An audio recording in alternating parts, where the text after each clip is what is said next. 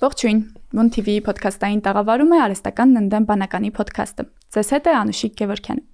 Այս podcast-ի շրջանակում քննարկում ենք արհեստական բանականությունն ու նրա զարգացումները, ինչպես նաև նրա ազդեցությունը տարբեր ոլորտների վրա։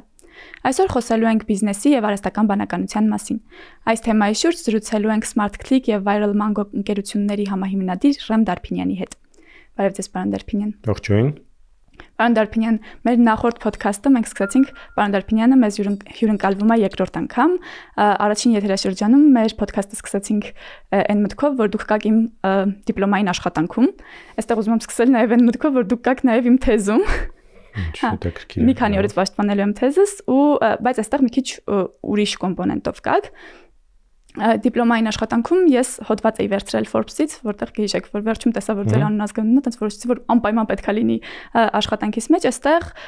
ներկայացնում եմ podcast-ները որպես արհեստական բանականության հանրայնացման միջոց ու միջազգային փորձին եմ իհարկե անդրադառնում, ION-ին եմ անդրադարձել, որտեղ դուք եք հյուր 3 էպիզոդեր նկարահանվել Հայաստանում, որոնցից մեկի հյուրը դուք եք, ու պիտի ասեմ, որ ես ընդհանրապես YouTube-ում շատ դժվար եմ ինչ-որ բան լայքում,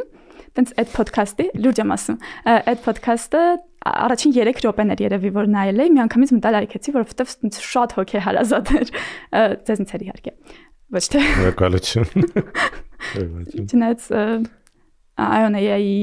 podcast-ն էլ լուրջ դեմք է, բավականին հետաքրքիր զրույց ենք ունեցել, այսինքն այնտեղ ավելին ասեմ, շատ ոչ ամբողջ ինֆորմացիան է գնացել եթեր, ինչ որ կտորներ կար, հետո հանեցին իրանք, որովհետև հարմար չէր մտցնել, չեն տեղավորվում արդեն բանի մեջ, շատ բաներ կա ժամանակի մեջ, շատ բաներ կա, որ մենք հետո դուրսը զրուցեցինք, որովհետև զրուցել էինք մինչև podcast-ից հետո, եւ ամենածիծաղալում եւ կադրեր կար, որոնք երևի հանել էին, որովհետև կողքի շենքում ռեմոնտ էին անում եւ ձայն էր գալիս եւ անընդհատ ինչ որ այդպես խոսակցություններ կար, որ շատ բաներ մեջ են գնում եւ հետո անհնար է եղել դա մտցնել երևի կտորները բանի մեջ, բայց հետաքրքիր բավականին իրականում, ասենք New York Times-ի այդպես բազմամյա լրագրող է եկել այստեղ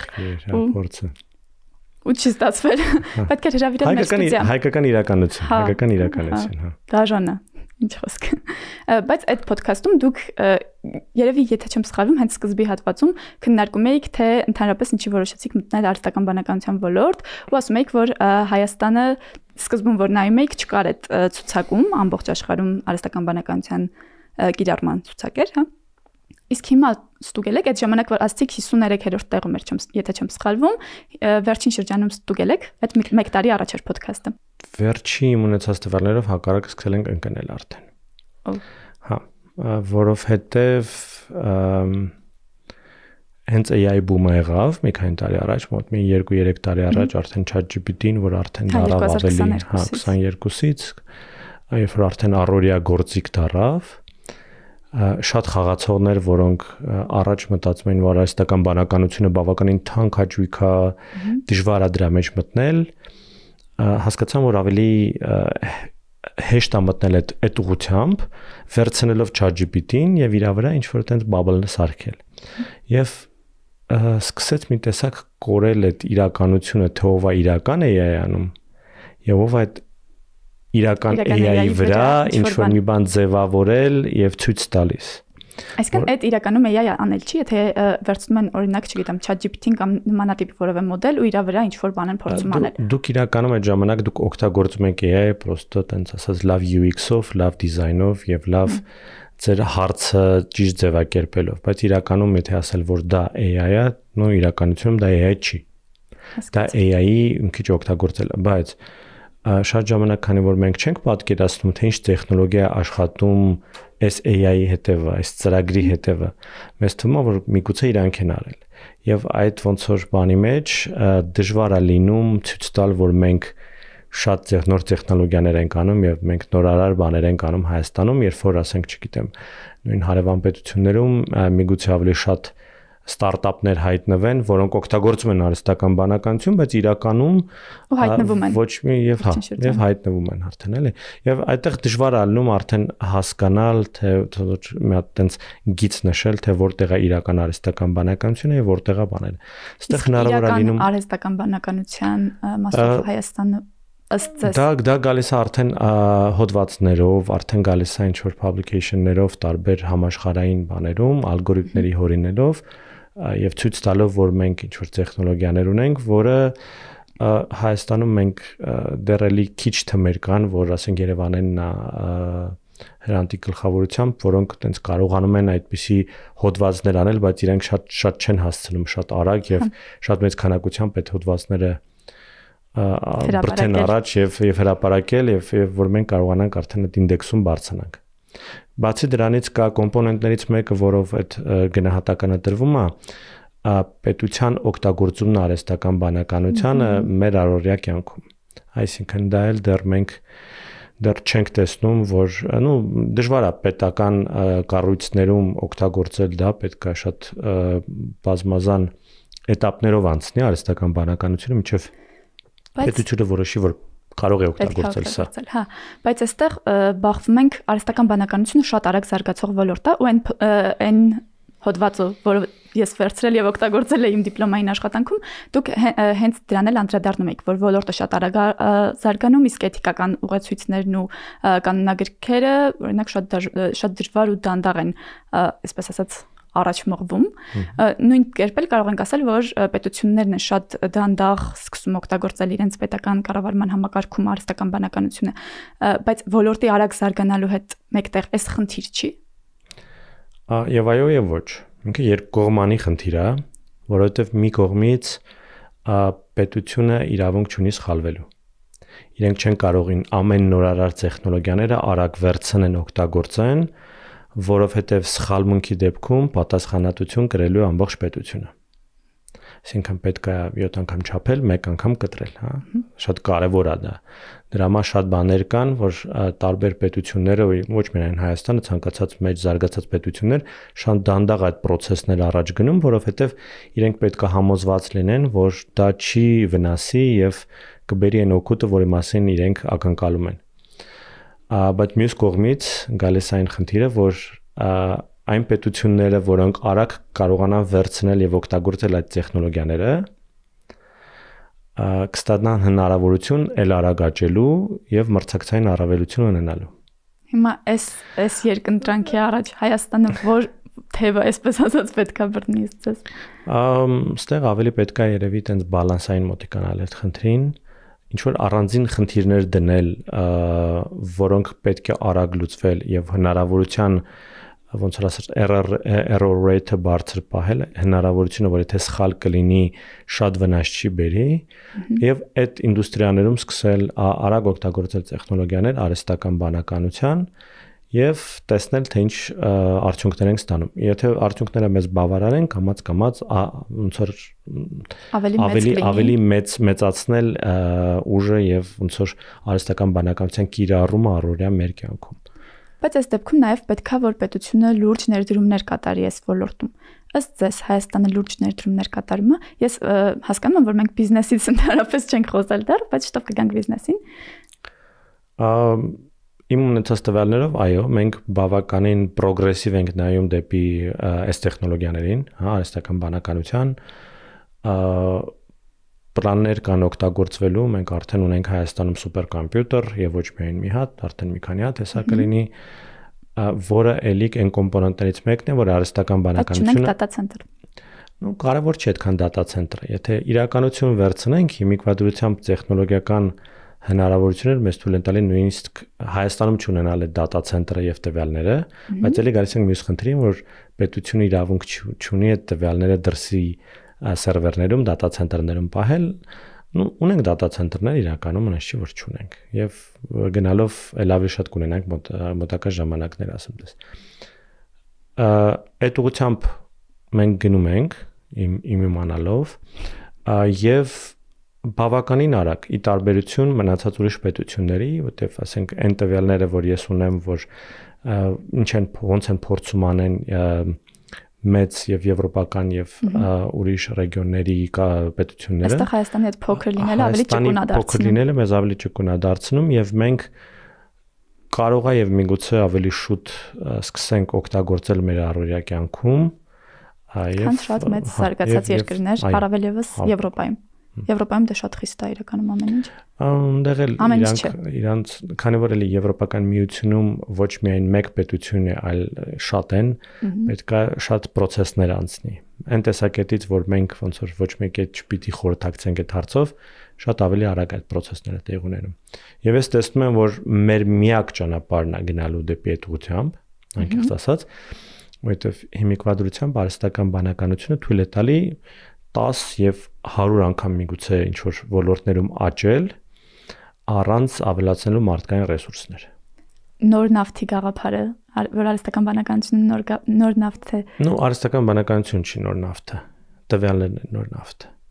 Այսինքն արհեստական բանականությունը այո կար մինչև։ Գործիք է, արհեստական բանականությունը այս դեպքում ընդհանրապես գործիք է։ Նոր նավթը տվյալներն են։ Այստեղ հարց է գալիս կանգնում մյուս խնդիրն է գալու կանգնելու։ Արդյոք մենք ունենք այնքան բավարար տվյալ հայերեն լեզվով եւ արդյոք այնքան մեր պետությունը եւ կառավարությունը թվայնացած է, որ մենք հնարավորություն ունենանք մեր custom, տենց ասած LLM մոդելները եւ մնացած ուրիշ արհեստական բանականության գործիքները, որոնք կաշխատեն եւ կօգնեն պետությանը։ Ըստ ձեզ այդքան թվայնացված տվյալներ ավելի թվայնացած են, քան թե նույն ԱՄՆ-ն եւ ուրիշ եվրոպական պետությունները սա շատ հետաքրքիր, հա, այսինքն մենք ավելի շատ լավ պրոգրես ունենք։ Այդ ոչ թվայնացումը իրական բավական թվայնացումը շատ ավելի լավ է, շատ ավելի պրոգրեսիվ ենք մենք այդ հարցում ու իդեպ նաև գրաբարի հետ կապված գրաբարն էլ է բավականին շատ թվայնացված, բայց այդ մենակ Հայաստանի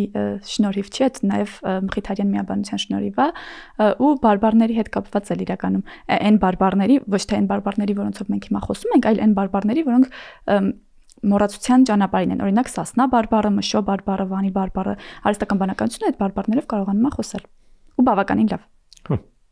Որտեվ դրա մասին ինֆորմացիաներ կա, մենք դա պահել ենք, մենք չենք կորցրել, մենք ունենք մատենադարան, որտեղ սա ինֆորմացիան կա եւ շատ թվայնացել է այդ տարբերություն շատ բաների, հա։ Այսինքն մենք բավականին լավ տեղում ենք։ Եթե մենք չթուլացնենք մեր տեմպերը, շատ լավ շանսեր ունենք բավականին առաջ ընկնելու այդ նույն ինդեքսով, նորից վերադառնալու ոնց որ 53-ին top 50-ի մեջ, ասենք։ Հա։ Բայց 50-ի մեջ մտել ենք, 53-ը չէինք։ Ну մոտիկ էինք, էլի տենց էտի համարյա կարելի ասել, համարյա մոտիկ էինք։ Արդեն գանք բիզնես ոլորտ։ Հիմա բիզնեսում արհեստական բանականության ներդրումը, այսպես ասած, պահանջ է, թե դեռ ընտրություն։ Պահանջ, ժամանակի պահանջ նկատի ունեմ, էլի։ Կախված որ կոմպոնենտն եք ուզում դուք լավացնեք ձեր բիզնեսի։ Ոչ միշտ եւ ոչ բոլոր բիզնեսներն են պետք է որ օգտագործեն արհեստական բանականությունը դեռ։ Ну, ապագայում ոնց որ անհասկանալի է ինչ կփոխվի շատ տարբեր բիզնես տեսակետից, բայց իրականությունում եթե վերցնենք, պետք է գալ ոչ թե նրանից, որ արհեստական բանականությունը կա, տեխնոլոգիաները դրած եկեք վերցնենք մեր բիզնեսում օգտագործենք, այլ բիզնեսի պահանջից։ Արդյոք բիզնեսը ավտոմատիզացման խնդիր ունի, թե ոչ։ Եթե կարող են լինել բիզնեսներ, որոնք չունեն Իհարկե։ Շատ խնդիրներ կան, որոնք պետք չի դեռ արհեստական բանականությունը կոչնել եւ օգտագործել, որովհետեւ դեռն էլ է շատ հետաքրքիր ձեր մտքում։ Պետք չի դեռ կոչնել։ Դեռ, որովհետեւ դժվար է ասել, թե ապագայում ոնց կզարգանա եւ կգնա դե բիզնեսային համակարգը, շուկան է շատ արագ փոխվում, ասենք ինչա պահանջները, մենք չգիտենք մի քանի տարի հետո ինչ նոր բիզնես առաջարկներ եւ բիզնեսներ կհայտնվեն լուծելու այն խնդիրները, որոնց մասին մենք դեռ չգիտենք։ Իսկ արհեստական բանականությունը այս դեպքում նոր բիզնես առաջարկներ կստեղծի մոտ ապագայում ըստ։ Ну, արդեն ստեղծում, արդեն մարդիկ խոսում են արհեստական բանականության հետ, թե ինչ նոր բիզնես գաղափարներ մտածեն, ինչ նոր բիզնեսներ սկսեն։ Բայց այստեղ այդ ամենը նոր է, թե ուղղակի վերցվածի վրա ավելի լավ վերլուծած է, նոր չի։ Այսինքն, նույնիսկ որ մեր ուղեղն ինչ որ նոր բան է հորինում։ Մեր ունեցած տվյալների վրա կպցնում է իրար եւ ինչ որ նորարար բան է ստանում, որը դեռ ոչ մեկ բայց ոչ նոր եւ նորարար եւ նոր։ շատ ժամանակ, որովհետև եթե իրականությունում հետ գնանք, ցանկացած խնդիր, որ բիզնեսը հիմա լուծում է, ինչ որ տոկոս կան խնդիրների, որոնք դարերով շարունակ այդ նույն խնդիրը եղել է։ Բայց գնալով այդ խնդիրները լուծվում են մի քիչ ուրիշ ձև, որովհետև մի կողմից զարգանում են տեխնոլոգիաները, հնարավորությունները, պրոդուկտները եւ ասինքն նյութերը եւ մեր համակարգերը, մյուս կողմից գալիս է, որ արդեն այդ խնդիրը ինքը չի ձևափոխվում, մենք ոնց այդ խնդիրը ունեցել ենք, հիմա պրոստը ուրիշ ձև ենք լուծում, արհեստական բանականությունով ենք լուծում, կամ մնացած ուրիշ գործիքներով ենք լուծում։ Եվ քիչ դեպքեր ա լինում, որ ինքը շատ տենց ամբողջովին նոր է։ Եթե իրականությունում անենք։ Հիմա վերցնենք որպես օրինակ վերցնենք, Եթե վաղը մենք որոշենք գնանք եւ աստերոիդներից օրինակի համար ինչ որ հումքեր հանենք։ Դա նոր է թե չէ։ Մի կողմից դա նոր է, նայած որ տեսանկյունից ենք նայում։ Բայց մյուս կողմից մենք ոնց որ երկրից ընդերքից հանում էինք այդ ոսկեբաները, հանում էինք։ Փոխվելու է տեխնոլոգիան, ոնց ենք դա անելու, որտեղ ենք դա անելու։ Հետաքրքիր է, ինչ որ մեկի մտքով չի անցել։ Դա ապագայի ամենաշահութաբեր բիզնեսներից մեկն է լինելու, գնալ մոտակ աստերոիդ եւ ընդեղից ինչ որ տարբեր հումքեր եւ նյութեր անել, որի համար մենք ստե կռվում ենք եւ պատերազմները այդ նավթի համար են, ոսկու համար են, մնացած ուրիշ ռեսուրսների համար են։ Բայց այս դեպքում էլի կշարունակվեն պատերազմները, թե ով պիտի գնա եւ ինչ պիտի բերի։ Դե արդեն դա էլ ուրիշ պատերազմ է, թե ով ավելի արագ աճելու է, այսինքն առաջի կարելի ասել մուլտի տրիլիոն դոլարանոց բիզնեսը լինելու է նրանք, ովքեր կարողանալու են տիեզերքից ինչ որ բան բերել եւ Արվելևս եթե այդ անեն օրինակ արհեստական բանականության միջոցով։ Դե հասկանալի է որ մարդիկ դեռ չեն կարողանում գնան երկրագնդի տարածքից շատ հեռու,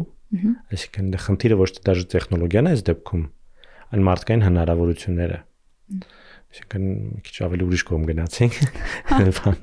բայց դա խնդիրը նույն եթե նույն կունենանք արհեստական բանականություն, մարդը որ ուզենա էլ գնա, այսինքն Մարս, խնդիրը ոչ թե գնալն է եւ հետ գալը,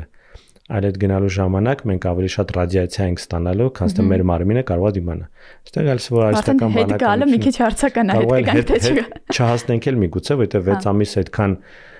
ռադիացիա ստանալը շատ բավականին ծանր է, էլի։ Մեր մարմնի համար։ Այստեղ գալիս է որ արհեստական բանականությունը եւ ինչ որ ռոբոտոտեխնիկան իհարկե մեզ պետք է ստեղ օգնեն եւ մեր տեղ ինչ որ խնդիրներ անեն եւ եթե նույնիսկ մենք հասնենք Մարս, չեն կարողանալու մնալու Մարսի վրա, պետքա տակը մնանք, ուրիշ կինոից, այլ։ Քիչ շատ ուրիշ կինո գնացինք։ Իսկ հետաքրքիր է, երբևէ մտածել եք, օրինակ, եթե դուք կարողանայիք ստեղծել արհեստական բանականություն, բիզնեսմեն արհեստական բանականություն, ինչ տեսք կունենար։ Տեսք ասելով ինչ խնդիր կլուծեր միգուցե, ոչ թե տեսք ունենալը։ Տեսքն էլ է հետաքրքիր, բայց լավ, ինչ խնդիր կլուծեր։ Տեսք ունենալը, որովհետև մի քիչ Մարդանման ռոբոտ չէիք։ Ես տենց եմ պատկերացնում, չգիտեմ, դուք ո՞նց եք պատկերացնում։ Չէ, մարդանման ռոբոտը ինչի համար է պետք մարդանման ռոբոտ։ Չգիտեմ, ես տենց էի պատկերացնում բիզնեսմենին։ Մարդուն այդ մարդանմանությունը պետք է նրա համար, որ ինքը ոնց որ մի քիչ համակերպվի, հեշտ ընդունի, բայց եթե ցանկացած ինչ որ էակ, կարա դա լինի, չգիտեմ, դաժե շան տեսքով, լավ խորհուրդներ տա եւ իրան օգնի, ինչ որ ժամանակի ընթացքում իր նեյրոնային կապը այդ էակի հետ փոխվելու է։ Եվ սկսելու ուրիշ ձև ընկալել։ Այսինքն ես ավելի ոնց որ եթե ինչ որ տենց բիզնես բան անեի, որ շատ բանով չէր տարբերվի այն ինչ հիմա կարողանում է ChatGPT-ն, երբ որ personalized ավելի խորհուրդներ է տալիս, բայց ավելի փորձելով ընկալելով մարդու ներքին ինքնությունը։ Շատ ամեն մարդ իր տարբեր մտածելակերպ ունի խնդիրը լուծելու։ Մարդ կա, որ շատ ասենք պետքա ճնշման տակ լավ լուծումներ կատարում մարդ կա, որին պետքա երկար ժամանակ, որ ինքը նստի, սաղ փաստերը վերլուծի։ Դեռ նույն ChatGPT-ի մնացած LLM մոդելները չեն տալի այդ personalization-ը կախված ձեր կյանքի եւ առօրյա գործունեությունից ելնելով։ Տալիս են ձեր ինչ որ մտածելակերպային պատկերացումից։ Բայց միգուցե ուղղակի շատ ինֆորմացիա չունեն, դրա համար չեն տալիս։ Միգուցե, այսինքն ավելի սարքել են այնց բիզնես խորհրդատու, որը կկարողանա ձեզ համոզել, որ դուք անեք այն քայլերը, որ դուք պետք է անեք։ Համոզել։ համոզել, նույնիսկ համոզել չի, եթե տենց ճիշտ է խոսանք, կարողանա կպնել այն ներվին,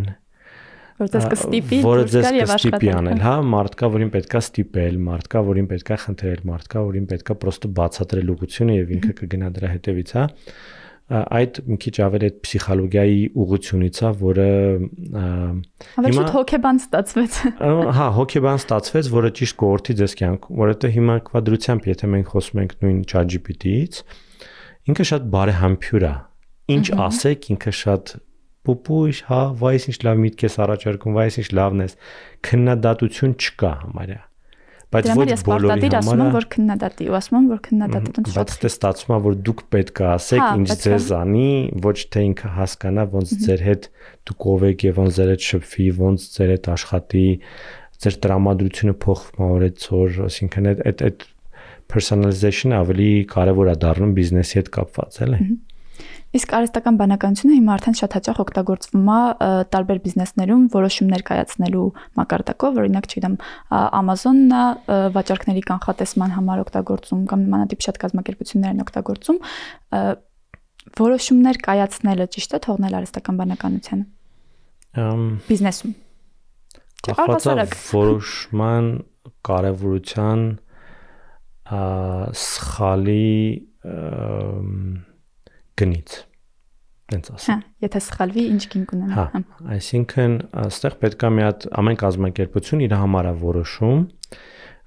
թե ինչքան է թույլ տալու սխալման տոկոսը եւ որտեղից հետո հնարավոր է, որ արհեստական բանականությունը շատ ավելի մեծ վնաս կբերի, քան թե օգուտ կբերի։ Այստեղ մի հատ այսինքն գիծն է, որ ամեն կազմակերպություն իր համար պետք է գծի, որովհետև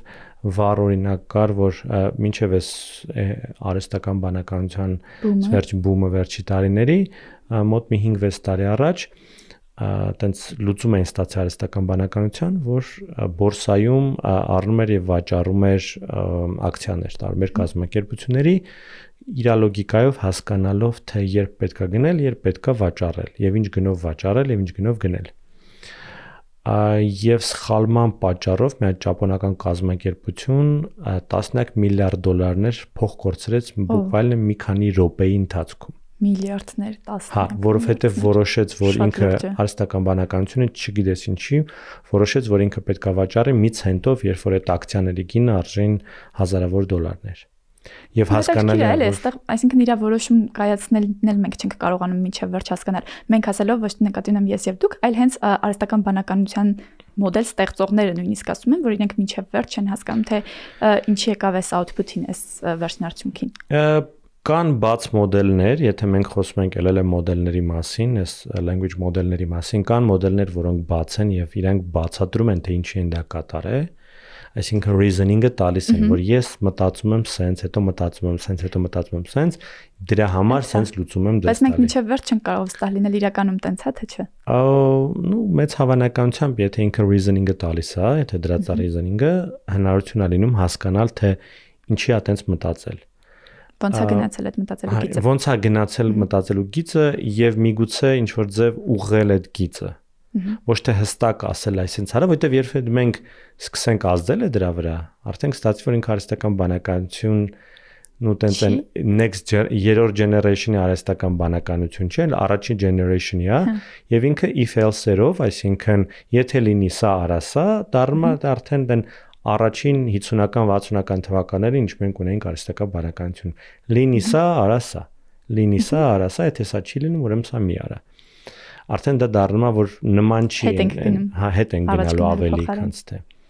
Այստեղ մենակ այդ reasoning-ը հիմա անում են շատ դեպքերում մոդելների մեջ, որ հասկանան, թե ինչի է ասենց մտածել եւ միգուցե ճիշտ ուղղորդեն ճանապարհը, ոչ թե փորձեն ազդեն դրա վրա։ Ձեզ մի հատ հարց տամ, ոնց եք հասցնում երկու ստարտափների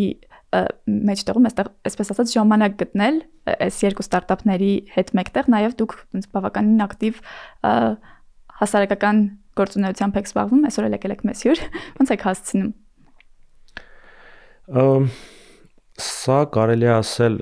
տարբեր ես շատ տեղեր խոսնակ եմ լինում տարբեր թեմաներով, պատմում եմ տարբեր ինֆորմացիաներ։ Հասարակական լուրջ գործունեությամբ եք զբաղված։ Ես մի քանի այստեղ ֆակտոր աշխատում, ինչի եմ ես դրա համար ժամանակ տրամադրում եւ ինչի եմ ես դրանով զբաղվում։ Առաջիններից մեկը նա, որ շատ ինֆորմացիա աշխարհում դեռ ամբողջովին հասանելի չի մարդկանց, այսինքն այն վիճակով, որոնք իրանք հնարավոր է գտնեն, չեն գտնում, որտեղ մենք հիմա այնքան ինֆորմացիա աշխարհում ֆռում, շատ է անհնար է գտնել, կարևորել եւ հասկանալ։ Շատ ժամանակ ինֆորմացիան բավականին բարդ է լինում հասկանալու, եւ այստեղ գալիս է մի հատ ֆակտոր, եթե դուք փորձ չունեք այդ ինդուստրիայից, եթե նույնիսկ դուք կարդում եք ինֆորմացիան, չեք կարողանում ամբողջովին 100% ընկալել եւ վերլուծել այդ տվյալները։ Այսինքն հասկանալով սա, ես փորձում եմ այդ բաց թողումը լրացնել, վերլուծելով իմ միջոցով ինֆորմացիան անցկացնելով եւ փորձելով կրթել եւ զարգացնել մեր նոր սերնդին, որովհետեւ դա շատ կարեւոր ֆակտոր է դառնում, մենք պիտի հասկանանք ոնց ճիշտ այդ ինֆորմացիան վերցնենք, վերլուծենք ու փոխանցենք իրենց։ Եվ փոխանցենք իրենց չէ՞ մեզ։ Ну, բոլորիս, որովհետեւ արագությունը ամենակարևոր պարամետրներից է այս 21-րդ դարի մեր պարագայում։ Այնքան արագ ամեն ինչ փոխվում, որ եթե դու չես վազում,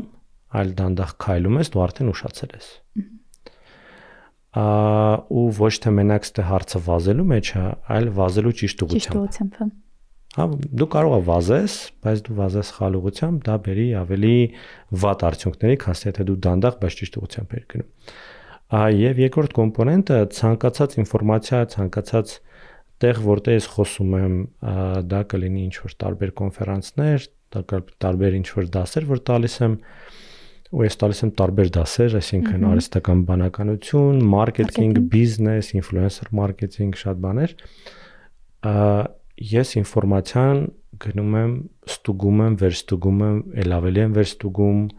տարբեր տեղերից գտնում եմ այն կտորները, որը այդ չեն երևում ջրի երեսում, եւ դա վերլուծում եւ փորձում եմ փոխանցել այն մարդկանց, որոնք եկել են ինձ լսելու, որը բերում է նրան, որ ես նոր բաներ եմ հայտնաբերում, որը առաջ չգիտեի եւ միգուցե ժամանակ չէի գտնի իմ համար կամ իմ բիզնեսների համար գնալ եւ այդ ինֆորմացիայով զբաղվել։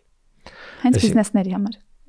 Եվ իհարկե այն ցանկացած բանը, որ ես կիսվում եմ բոլորի հետ, ես մյուս օրվանից սկսում եմ օգտագործել նույն բիզնեսում։ Բայց դա ոնց որ մի հատ mindset-ային փոփոխություն է, որ երբ որ դու կիսվում ես մի բանով, դու ավելի խորը դրա մեջ մտնում ես, նոր բան ես հայտնաբերում եւ դա սկսում ես իհարկե կիրառել քո բիզնեսի, քո առօրյա կյանքի մեջ։ Հետաքրքիր է, ես լսել եմ մի միտք, որ ասում են, եթե որևէ բան ուզում ես շատ խորությամբ հասկանալ, պետք է սկսես դասավանդել այդ։ Հետաքրքիր միտք է։ Համաձայն եք այդ մտքի հետ։ Դա ամբողջովին աշխատում է։ Որովհետեւ դու բաներ կա, որ դու ցած ինչ որ ժամանակից սկսած դու արդեն սկսում ես քառակուսի մեջ մտածել, որովհետև ինչքան փորձը շատանում է, քեզ թվում է, որ դու ավելի լավ ես դրանից հասկանում, այլ պետք չի քեզ գնալ ավելի փորփրել, խորանալ, ինչ որ բաներ հասկանալ, գործիքներ փորձել եւ այլն եւ այլն։ Բայց մենք ինֆորմացիան եւ տեխնոլոգիաները կանգնած չեն տեղում։ Կանգնած չեն, մենք ենք կանգնած տեղում։ Ավելին ասեմ, մի քանի մի 3 շաբաթ առաջ պրեզենտացիա ունեի, արհեստական բանականություն, ոնց է փոխելու շուկան, աշխատանքային շուկան։